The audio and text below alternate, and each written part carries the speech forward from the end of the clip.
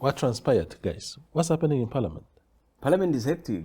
Parliament is not hectic when it's not producing laws. Well, Parliament has broader functions, actually, much more than just making laws. You know, we're essentially an oversight body. Yeah. So, you know, the Constitution permits, or the rules, you know, permit that the executive accounts to the National Assembly through questions, through ministerial statements that are also subjected to interrogation or discussion, through motions as well. It is through those motions that we raise issues that we feel are pertinent to our, you know, respective constituencies or to the country as a whole. And it is through those that, you know, when one's, you know, interrogated to, you know, by the committees, that laws are also proposed. So we have far, you know, more responsibilities than just, you know, passing laws. But when laws are proposed or bills are brought, you know, to the National Assembly, for instance, by the executive, they are not just passed, they are subjected to rigorous, you know, interrogation, to rigorous debate. You can, for instance, you know, I can recall the mental health bill, which the Minister of Health presented. It was subjected to the same level of scrutiny, and we did not get satisfactory answers from the minister. You know, whether it's the definition of mental health, you can't just pass a bill that talks about mental health without knowing exactly what the legal definition of mental health is, as accepted or, you know, endorsed by Parliament. Now, that was omitted. We interrogated that.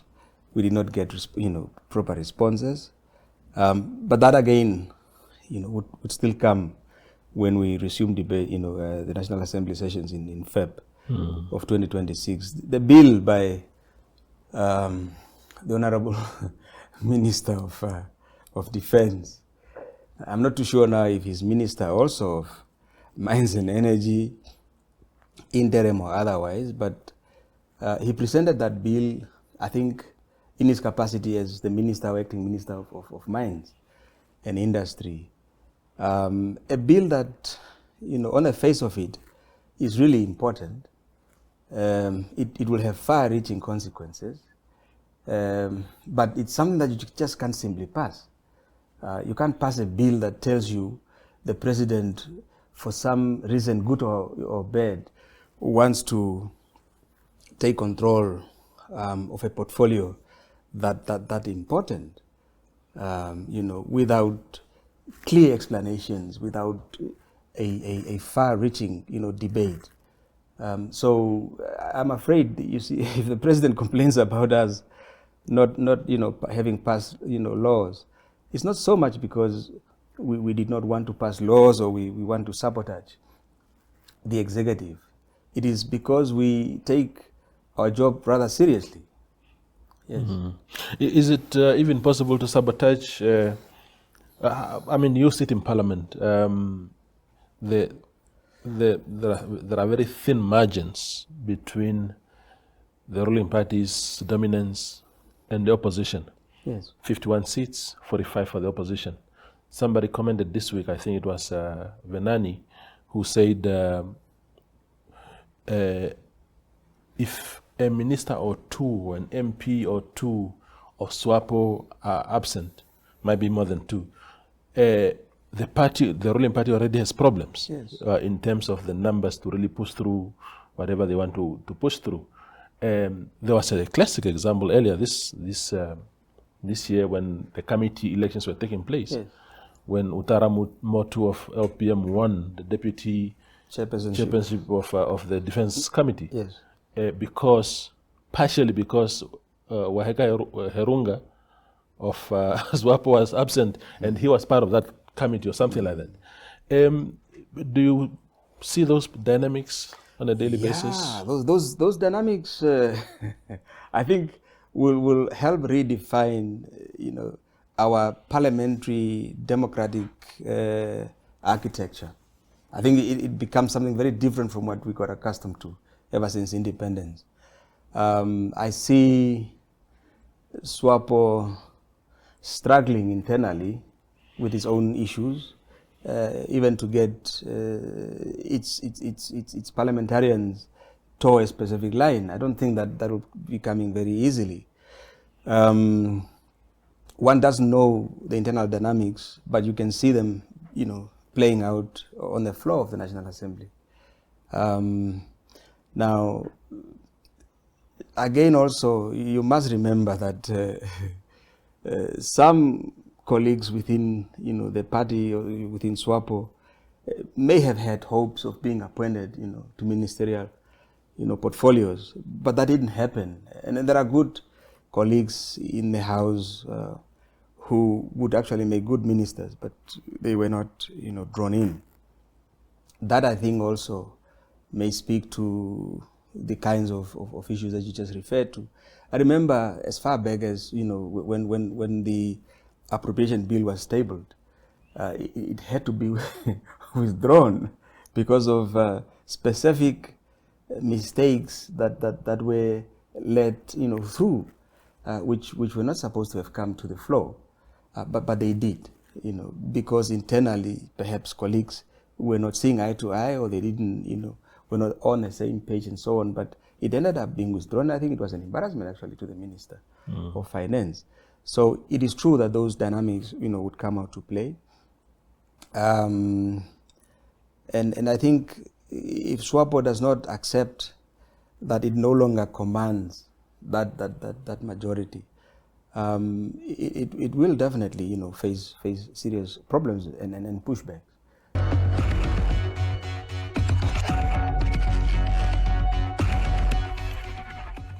Tonight on the platform, we are joined by Geminius Pavo, who is a developer of a taxi app. He will get into details of what it entails shortly, but there is also a debate about somebody using their concept and they think that their ideas have been stolen by someone. He will explain that in a moment. Thank you very much, Pavo, for making time. The taxi app, yes, sir. What is it about? Basically, the taxi app, its initiation, it was an idea that when we were walking through town with my cousin, that was 6-7 years back. So basically, a tourist left something in a taxi, and then they was like, taxi. I'm like, then the tourists were like, what is happening, ma'am? No, I left my bags in a taxi. And then from there on, moving fast forward, when we were working still with my cousin, because he's a software developer, by the way, we're communicating with each other. And I said, why is it not just possible to have an offline dictionary, like where you just put in the big numbers and just to verify what color is the taxi and everything. So basically, the taxi verification app, that's where it was born from, just by a simple thing that coincidence with a tourist. So yeah, if so, once I have that app, ideally, walk us through its abilities and what it will enhance in my life as a passenger, I suppose. Okay, the thing with the taxi app is basically it's where you have a database of initially all the big numbers of the taxi app, like the DA4, DA3, the what. Those ones on the windows and those ones on the sides. Yeah. Okay. So with it, you can just click in before you enter the taxi. Just put it on without using data. You just pop in the big numbers, and then the appearance of the taxi pops up. So the color, the description of the color of the car. And then, once you are inside then, because you scan the QR code. Now the QR code, which gives a live location, if you are having data now. So it gives a live location in terms of to say you can send it to somebody and somebody can track your movement, where you are passing by, just for security purposes. So basically that's the whole entire in its short format. Okay. But also within it, there there's emergency numbers, ambulance, fire brigade, city police. In case something Yeah. happens while we are there. So if it was 6-7 years ago, it means that was before the Yango app came, because when you mention what you're saying, I'm reminded of some of the features of the Yango app itself. So yours came even before Yango came here in the country. Yeah, ours came before Yango, Okay. because we're the first initiators of it. Mm. Because it was quite unique back then when we developed it. When we developed it, it was much more of when you are young in your 20s, just curiosity and the enthusiasm and the energy to create something. Mm. So basically, it was before Yango then. Okay. Yeah. So tell us then. So you developed it, you and your cousin. What happened after that? Because we got a lot of invitations to do presentations. Mm. Because we need to have this collaboration with the government or municipalities and police, especially in the works and transport. So within its inception, we were discussing now, because we needed the data for the big numbers. So we approached the city of... So that you have a database. Yes, basically. because it would be difficult for us young person to collect one by one the taxis, because there is no trust between, because we are just initiators of an idea and a concept. So we approached the CEO's office of City of Windhoek, who referred us to the city police. Who was the CEO? The CEO back then, it was Master Kahimise. Robert Kahimise. Yes, Robert Kahimise. Mm. So he referred us to the IT department. From IT department, they said, no man, this much more has to do with security. You have to go to city police. Back then, I think the acting chief was Master Aseb, if I'm not mistaken. So we spoke to Master Aseb. We gave him the whole entire briefing about it. So when we gave him a briefing about it, because they had an issue with their database also, because their taxis registration was in an Excel spreadsheet. So we are saying, no, we could also assist your system so that it can correspond, so for us to fight crime. Because within this, within the process of you engaging, ideas are good and having conversations with them. So we also approached to the Ministry of ICT, where we also did a presentation where we were invited by the Innovation Department, if I'm not mistaken, speaking under correction now. And also we had a sitting with the Ministry of Works and Transport. Back then, because we wrote the letter to the back then Minister, Mr. John Mutolo, and then Mr. John Mutolo refers us to the Permanent Secretary. Then was Mr. Huyeman. Yes. So we had the sitting. Mr. Huyeman brought all these stakeholders together. There was the Namibian police, Master Aseb was there, and other also from different departments that I cannot recall. So we did our briefings through that to do a presentation to them. And we also did, back then, we also had the taxi corner from NAG 100. They used to have a taxi corner. So we were also there presenting our ideas. So in the concept, because the demo, it was a demo concept, the demo product.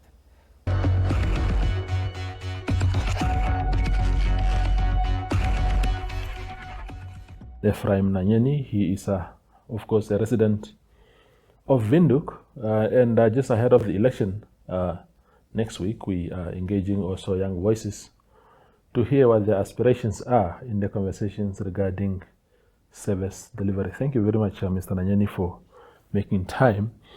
If you can tell us a bit about yourself, so that people just know what qualifies the conversation. All right, thank you so much, Mr. Toivo. My name is Ephraim Nanyeni, as you have stated. I'm doing some odd jobs there around Windhoek. Okay. I live here in Windhoek since 2019. I first came here in 2019 for my university. Okay. I lived I hail from the rural village called Donanjo, Tamazight constituency. Okay. Some few kilometers outside of Okahao. Okay. Yes. Odd jobs. What does that mean? Did you graduate, or you still? Yeah. I'm a graduate intern somewhere close by here. Okay. Yes. What did you study? I studied Bachelor of English and Applied Linguistics. Okay. from 2019 up until 2023. That's when I graduated. But then I continued to do a postgraduate honors degree in public governance. Okay. Majoring in economics and politicals. That is still going on right now? No. I finished, I did it last year, but I then finished this year. It's a 1 year program, but I happened to, unfortunately, didn't pass one subject, which I did this year. Okay. And I finished already with it. Oh, wonderful. So, I mean, the elections that we're talking about now, we have local authorities, and then we have the regional councils, which are your councillors for constituencies. As a young man yourself, I suppose you have registered to vote? Yes. What are you going to vote for? What is it that when you make that cross at whatever party you choose to do or candidate, what do you want them to do for you? We want a tangible developmental change. It may not be in my area where I live, but I want to see it, that yes, here with my naked eyes, that this is coming from the local authority or my constituent, my councillor, for that matter. He's doing this, he's busy with this, he did this, there must be something that is, yes, I can associate with. Be it the representation engagement with me or those whom of my age. And it has to go beyond across those ones who are up looking to a councillor, as a government representative. Yeah. Those are public offices, and then we want them to reflect that, yes, the public is really reaping what they have casted their votes for on the 26th of November, post that. Yeah. Are there any specific things that you see today that are on the ground, whether where you live or within your immediate surrounding, that you think, no, this can't be happening 35 years after independence? Yes, there are much more of them. In the street where I come from, where I live today, if a month passes with a dry street, we are so fortunate. You would see that the sewage system, it's just dripping. It bursts a week after a week. And then you could see that kids are playing with that water, unhygienic water. That touches my heart to say, where is the healthcare? But before that, where is the councillor to intervene to say that what is really bursting this water? It's not only in my street. I'm just giving an example that in my street, that's what is really transpiring there. But it's being visible everywhere. You go to Havana, I live in Ochomwize. You go to Havana, you go to Ombilio, Kuyongava, and elsewhere. I happened to go and visit one of my family there in Swakopmund and elsewhere. They are using bucket toilets. And you are asking yourself, where is the councillor in terms of this? Because that's the role or the responsibility which the councillor should be doing. But beyond that, also, you could see that there are many youth or much of my age mates who are just loitering in the street. The government ought to be to hold itself accountable to say, these are people we have sent to school. These are people we have schooled into our public infrastructures that we have built with so much money. But what is the gap? What happened between us to remove ourselves from that person, that this person is no longer useful to us, so that we can just let him be and live his own life? The crime that is happening into our communities, it's so devastating. December is approaching now. Everybody, wherever you go, on radio, anywhere else, we are being warned that take care of your things because crime is happening. But it wasn't supposed to be like that. Crime was not supposed to be so persistent to that extent that even a child is warned that crime is at a high rate. So those are much more of the issues that are at a local level, and they have an attachment with votes and with the political players and the voters themselves, such as us, the youth.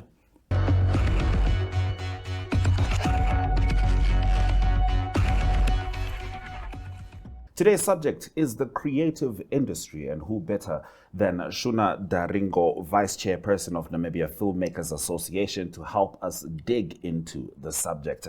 Shuna, thank you for joining us. Thank you for having me. It's been quite the year, exciting times for creatives. Absolutely. It is also a pivotal time, really. So I'm excited. I'm excited for what's to come. Yes, indeed. I mean, let's talk about where the conversations really started blowing up with regards to the creative industry. Most recently, it would be marked by the new administration of Her Excellency Netumbo Nandi Ndaitwah. She has devoted a specific focus to the creative industry, to the film industry, to make sure that it can be more expansive. And of course, we understand Bank of Namibia is hosting a symposium soon, and we're going to be talking creative industry and creative economy. Has it been as exciting for you as a creative? Because, I mean, yes, of course, you're the vice chair of the Namibia Filmmakers Association, but as a creative, has that excitement trickled down to you as well? The excitement has definitely trickled down. Obviously, now more than ever, we're receiving so much attention, and attention in terms of, also curiosity. People want to know, how does the industry function, and what's the business side of film, what's the business side of a fashion business, and also how do we support that, and also how can we learn. So I think that for me, what's most exciting is when I'm engaging certain industry leaders from other sectors, and they're just curious about wanting to know how the industry functions and works. Yes. So I think for me, that's the most creative. Sorry, guys, we say creative all the time. We're going to be saying it a lot. But that's the most exciting part for me, and so I think it's a learning journey for a lot of people that are not within the industry. Yes. And so I'm excited to be part of whether it's the education side of things or whether it's the policy side of things. So it's an exciting time for me. I mean, of course, we're looking into the future, which is fantastic. And towards the end of the conversation, really dig into with regards to what we're looking forward to with regards to the policy. But let's talk about the present. Where are we right now as a creative industry, as a film industry right now in Namibia? Do you feel that, and I'm sure you don't, but I'd like you to explain, feel that we are operating at our optimum capability? I think, first of all, long and short of it, I would say no. We're definitely not at the optimum. But also, I think that right now we are, not I think, but I know that we are at a point where a lot of things need to be implemented, right? So it's almost as if we're in the, cooking phase of structure. And last year we were, identified, the Filmmakers Association identified to be part of some policy engagement where you would then inform NDP6, which is the National Development Plan, as to what are your goals, but also what is your potential in terms of like job creation, right? Because those numbers matter. And this was just before our president, was inaugurated. So it was such a pivotal time that, because these numbers have to inform, what support or what level of support we're going to receive in terms of, financial support. So right now, I think we're at a point where we're trying to implement certain structures within the creative sector. However, there's a lot that still needs to be done, to ready us, for the success of the industry. And that is, both from government side and also both from, just the creative side of things. Yeah. So, I mean, we essentially talk about professionalizing the industry. Exactly. And of course, the government has its responsibility with regards to structure, with regards to policy. But let's talk about the creator's responsibility. What do you feel are a creator's responsibility right now in making sure that they'll be able to measure up, that they'll be able to deliver once the government comes to the table? Well, the government's already at the table. Once the government, fulfills its end of the deal. I love that question because, oftentimes we look to the government and we look to, private sector. You guys need to do this for us. You need to do this for us. But a lot of times, the accountability is not always there, right? And if we're saying that, we want to be competitive, not just locally, but also internationally, what does that look like for me as a creative? do I need to upskill? Do I need to find, you know, collaborators outside the country? Because we know our limitations. We know that it's financial. Yes, maybe we have not been receiving enough government support, but even apart from that, it's been difficult for us to get market access, you know, because our market is so small.